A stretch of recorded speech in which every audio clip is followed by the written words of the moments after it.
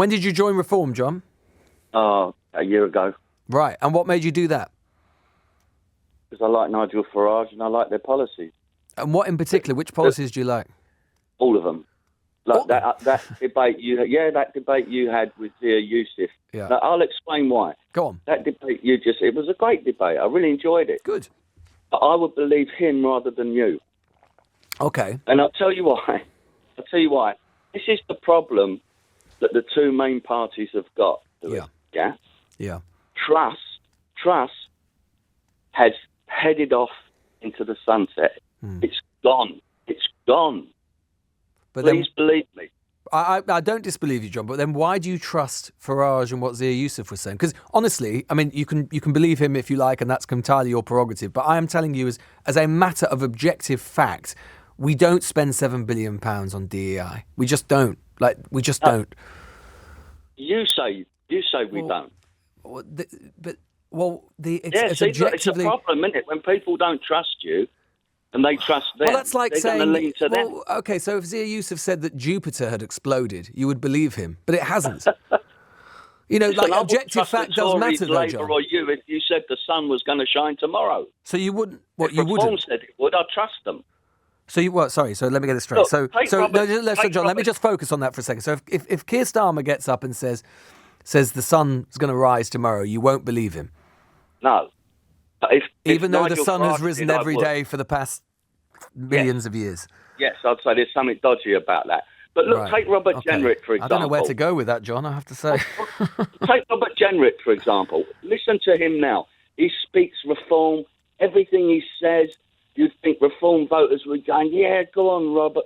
You're fantastic. We're going to be voting for you. Do you know what we say?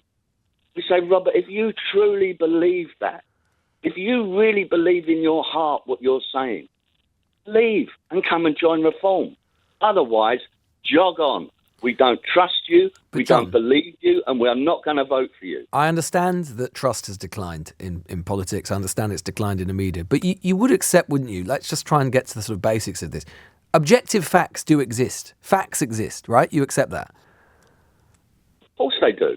In which case, why would you outsource all of your critical faculties to one man and one party and say, well, I would believe anything that he and they say and never believe what someone else says at any time? Why would you do that?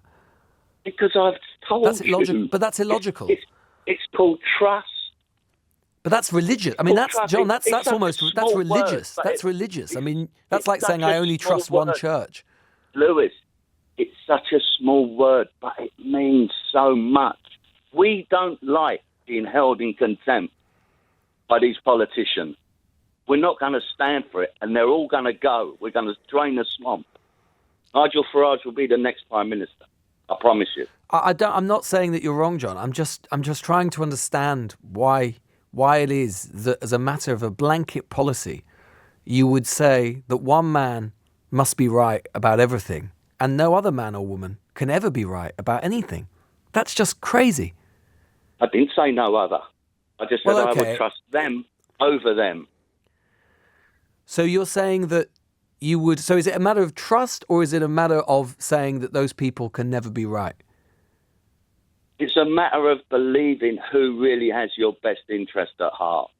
That's what it's a matter of. But so even you wouldn't care if it turned out... Let's just humour me here and say I am right about DEI, which I am. But just humour me. No, you're not. Well, okay. Well, let's just humour me for the sake of argument. Let's just imagine that I am. And it turned out that for whatever reason, for political reasons, Farage and Youssef and so on were wrong about it. Maybe they believed it, but they were wrong. It wouldn't bother you that they'd come along and said we can save $7 billion and it turns out we can only save $27 million? No, I think they'll save more than $27 million. But how can they when we don't spend more than that? But that's what you say. But John, it's not just what I say, it's just a matter of fact. That is what the central government spends on it. Well, that's a matter of fact. $7 billion is a huge amount of money. I mean, that's like kind of 20% of the defence budget. Yeah. You really think we spend that on DEI? No, I think we spend more than that, and I think it'd be better spent on giving our pensioners a heating allowance and things like that. And can I just say, DEI, yeah, we've got a fantastic candidate elected in Runcorn. Absolutely first class incredibly good candidate. Not because she was a woman, or because she was black, or because she was white, because she was the best person for the job. Yeah, okay. And that's exactly how it should be. Nigel across Farage, of course, John, famously, Nigel Farage, the thing that Farage is most associated with, and not Reform, but, UKIP and then the Brexit Party were most associated with Brexit. Do you think that Farage was right about everything with regards to Brexit? Absolutely. Everything? It was suffocating. Well, I'm how's the so economy glad doing to then? be I mean, free. how's the economy? I mean, we were promised that we'd get all these trade deals and we'd be able to sort of revolutionise the economy and the economy would grow gangbusters. I mean, what happened to all that? He wasn't Lewis, right about that, was he? Yes, he was. Lewis, but he wasn't. we've never had a truly Brexit government. But just wait and see. But We're going to have one next what time would we round, have had? You're going to love it, Lewis. You're John, going to love it, honestly. well, maybe I will. But John, what would just fine because I've got to go to the news. What if we'd had a Brexit government? You said we never had a Brexit government, even under Boris Johnson. What would they have done? How would Brexit have been different? How would it have been different?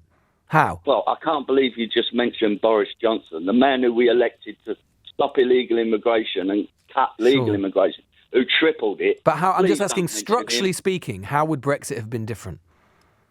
It will be different. But how You would it haven't have seen been different? anything yet. But how? You How? haven't How seen will it. it be Well, different? How? What will we do differently?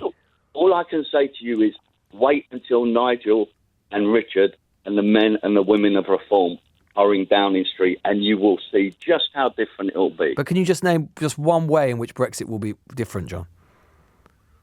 Many ways. Okay.